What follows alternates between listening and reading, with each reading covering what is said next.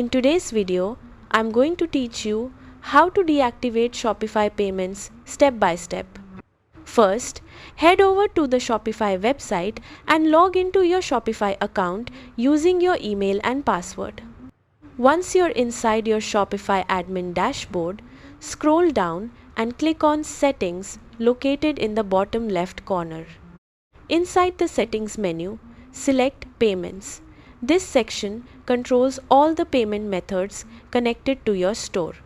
Under Shopify Payments, click on Manage. Here you'll see the settings related to your current payment provider. Scroll down until you find the option to deactivate Shopify Payments or disable Shopify Payments. Click on it to continue. Shopify may ask you to choose a reason for deactivating the service.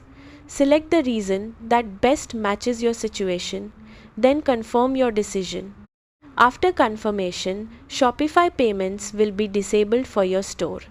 Make sure you set up another payment provider if you still want customers to complete purchases on your website.